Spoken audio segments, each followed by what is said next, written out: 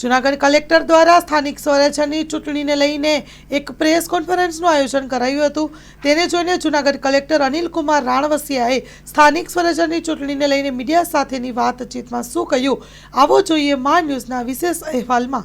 Story report by પ્રકાશ દવે, જૂનાગઢ। આજની આ સ્થાનિક સ્વરાજ્યની ચૂંટણીઓ બાબતની પ્રેસ કોન્ફરન્સમાં આપ સર્વનું સ્વાગત છે।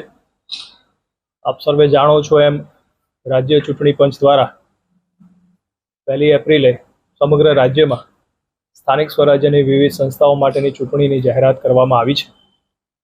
એના અનુસંધાને જૂનાગઢ જિલ્લામાં પણ આપણા ત્યાં જિલ્લા પંચાયત, તાલુકા પંચાયત, કેશોદ નગરપાલિકા અને બાંટવા નગરપાલિકાના બાય ઇલેક્શનની થવાની છે।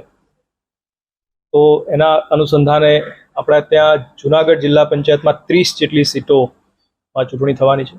તાલુકા પંચાયત જે 9 જેટલી છે એમાં 158 જેટલી સીટ માટે ચૂંટણી થવાની છે। કેશોદ નગરપાલિકાના 9 વોર્ડના કાઉન્સિલરોની ચૂંટણી થશે અને બાંટવામાં 1 વોર્ડના બાય ઇલેક્શન થશે।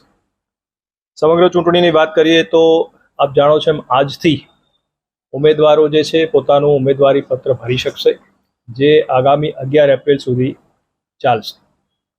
11 એપ્રિલ ઉમેદવારી પત્ર દાખલ કરવાનો છેલ્લો દિવસ છે। ત્યાર પછી 13 તારીખે જે પણ ઉમેદવારી પત્રો આવ્યા હશે આરઓ દ્વારા એની સ્ક્રુટિની થશે અને 15 તારીખ સુધીમાં ઉમેદવાર જે છે એ પોતાનું નામાંકન છે એ પરત ખેંચી શકશે।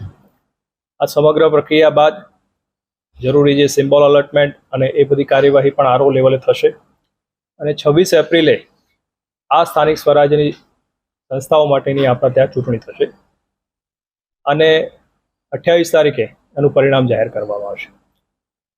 સમગ્ર ચૂંટણી માટે જિલ્લાનું વહીવટી તંત્ર છે એ સજ્જ છે।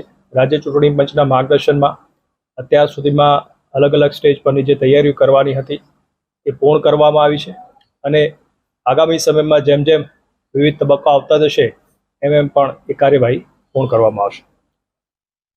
ચૂંટણીના સ્ટાફની વાત કરીએ તો જિલ્લા પંચાયતમાં આપણા ત્યાં વર્ગ 1ના અધિકારી હોય છે, એ આરઓ તરીકે કામ કરે છે અને વર્ગ 2ના અધિકારી એઆરઓ તરીકે એને મદદમાં કામ કરતા હોય છે।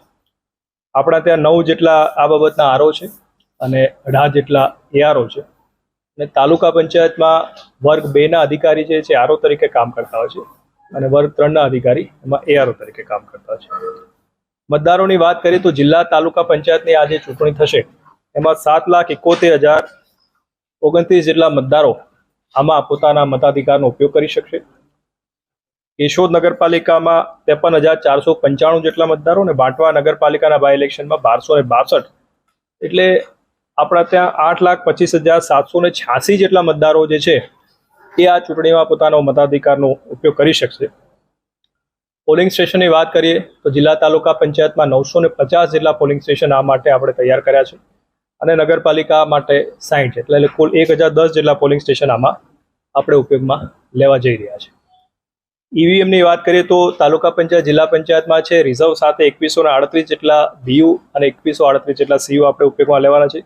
કેશોદ નગરપાલિકામાં 81 જેટલા અને બાંટવામાં પણ એના અનુસંધાને આપણે કરી અને કુલ બંને નગરપાલિકા માટે 81 જેટલા સીયુ અને 162 જેટલા બીયુ ઉપયોગમાં લેવાના છે।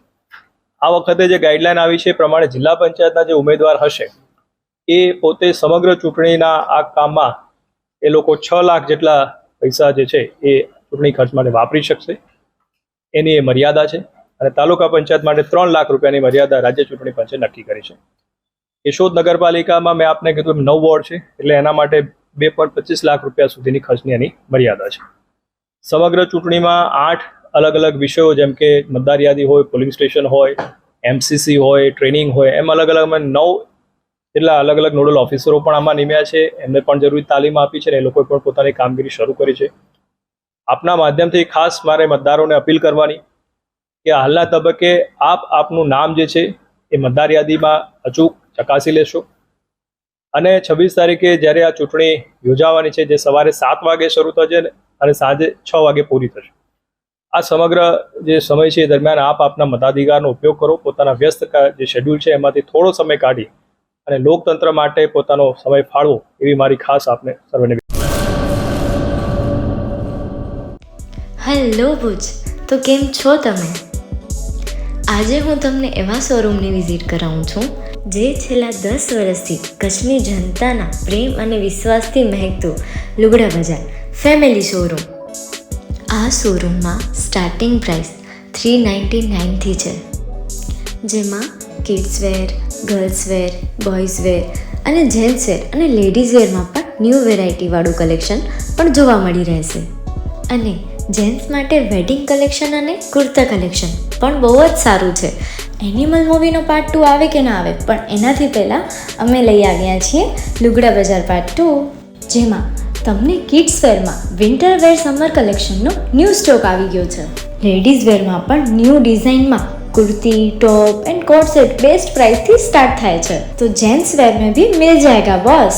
Leather, jacket, brand pants and check shirts, formal shirts, track pants पर बेस्ट थी बेस्ट प्राइस साथे.